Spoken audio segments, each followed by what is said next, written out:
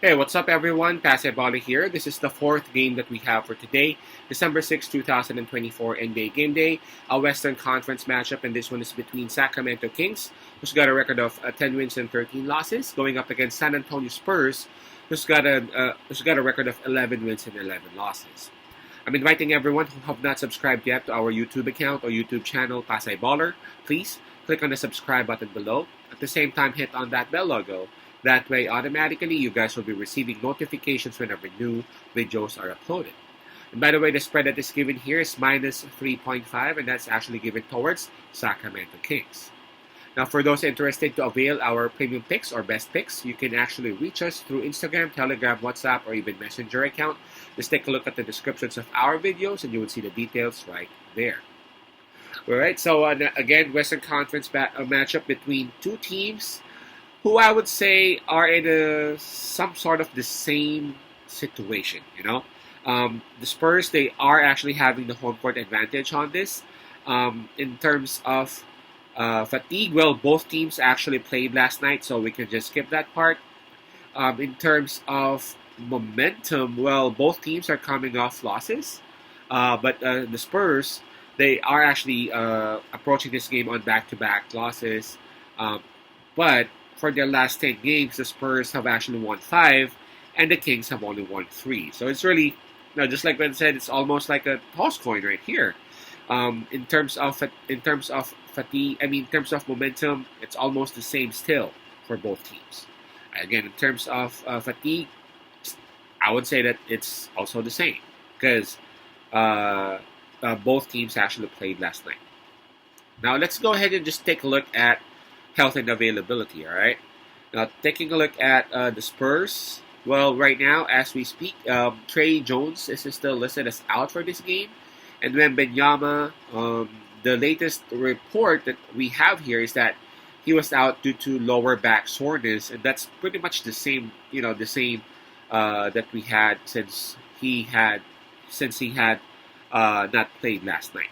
So I'm not sure, but I've read some news that there is this possibility that he might be playing. I don't know, but again, this is how it looks like as we speak. Now, for the Kings, they only have one player listed down here, and that's Trey Lyles. So for Trey Lyles, he is confirmed out for this particular game.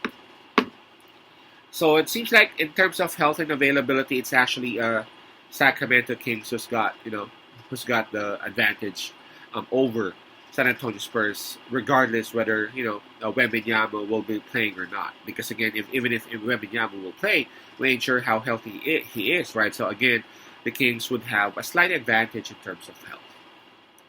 This one's really tough, both teams are struggling, in the western part.